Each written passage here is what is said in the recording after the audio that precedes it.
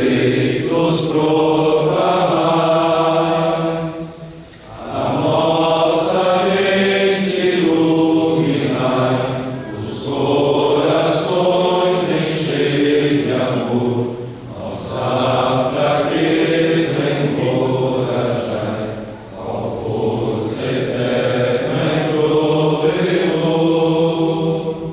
Nosso inimigo repeli e concedei-nos vossa paz, se pela graça nos guiais, o mal deixamos para trás.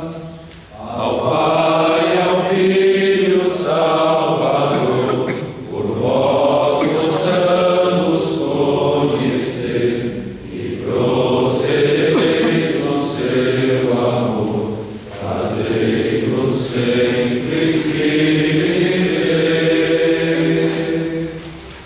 Saudação a todos, minha saudação muito especial, eterna, misericórdia, que acaba de chegar na nossa província eclesiástica São Vicente.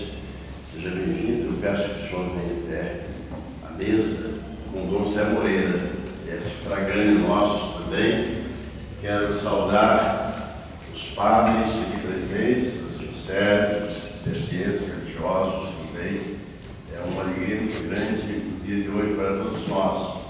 O Vicente, o Dom Zé Moreira estavam considerando, o Vicente perguntando, primeira vez que nós temos um encontro de presbíteros da província, como um fato novo, que marca, se Deus quiser, o início de uma relação mais profunda entre as dioceses que compõem a província eclesiástica de Sorocaba. Essa integração começa nos bispos, se estende aos presbíteros e deve congraçar a fraternidade, todas as igrejas, Registro, Jundiaí, Itapeva e Pertininga.